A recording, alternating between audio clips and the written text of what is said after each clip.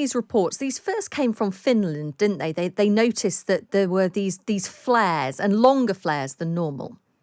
Yeah, absolutely. So this is about the Portavaja processing facility, which is visible from the Finnish border. And over the last couple of days, there's been a large number of reports from people who live nearby and from analysts who've been close to the border saying there's a large number of gas flares going up. You can see the fireballs rising above the horizon. And facilities like this tend to burn off or flare off gas when they have too much coming through and no storage capacity. Usually the safest thing to do to make sure the system doesn't overload is to simply open up a vent and set it on fire. And that's a normal thing to happen. That happens everywhere, but not in this scale, not in this intensity, not in this frequency. And analysts have estimated that it's about £8 million worth of gas a day that's just going up in smoke, quite literally. And so when you're sitting in the UK, you're sitting in France, you're sitting in Germany, and you're moving towards a winter where energy prices could soon become crippling for ordinary families, obviously this is an incredibly galling thing. It's a direct result of both sanctions over the Ukraine war, and also Russia's decision to stop selling gas to some of its Western former customers.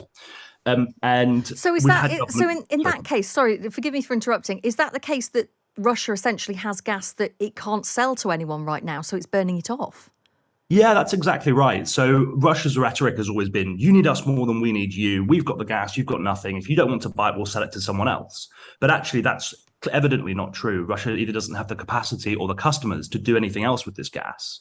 And as a result, it's basically letting its profits go up in smoke.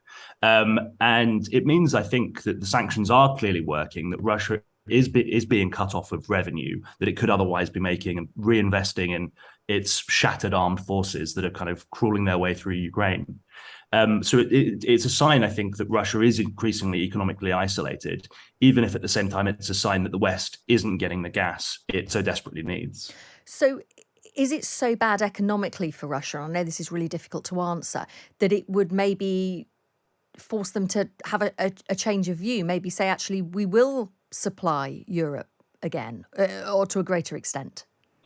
I think there's two elements to that. I think that most of the West would be incredibly reluctant about deepening its dependence on Russia, because we know that Russia uses the revenues from its fossil fuel exports to wage war in Eastern Europe. We've seen that. I think everyone is now of the opinion that its capacity to do that should be diminished, and we should be trying to choke off revenue while its leadership has those kind of territorial ambitions. But I tend to be of the opinion that Russia's economy, in the minds of Putin and those in the Kremlin, as much as we can tell what that is from outside, the economy is a nice to have. The territorial ambitions they have for Ukraine are existential. There is nothing that they won't tear up and destroy. There's no number of lives that they aren't willing to sacrifice, and there's no economic damage they aren't willing to suffer or inflict on others in order to deliver those things. So I tend to think that Russia will continue on its stated course of action until it physically can no longer do that. And this phenomenon, this access, this reduced revenue from fossil fuels is obviously part of moving towards that stage where Russia just doesn't have the capacity to pay salaries, to get guys from prisons, from villages, from the general population to sign up and take this massive risk and go to Ukraine to fight Putin's war. So it's part of the story, but I think it's a long way away from that end game where Russia simply cannot fight. And so Russia has no option to sell it to to sell it to anyone else. There are no other countries that are interested in buying it, or it doesn't have the ability to get it to those countries. Yeah, it's both. So there are plenty of countries that are interested in buying Russian gas, and India, for example, being one of them. That people often say, the world is united against Putin's war, but in actual fact, there's plenty of massive countries that simply haven't taken a position and are more than happy to buy cheap gas and improve their standing without regard for what that means for Ukraine. India, China, etc. But building the infrastructure to get the gas from where it is currently, on the Finnish border, all the way to the other side of the continent, the Eurasian continent, is a really difficult and lengthy process. And what makes it worse is that Russia's energy industry has been hit by sanctions as well. So they simply can't buy in the advanced parts, the compressors, the valves that they would need to be able to put in place that infrastructure and maintain it.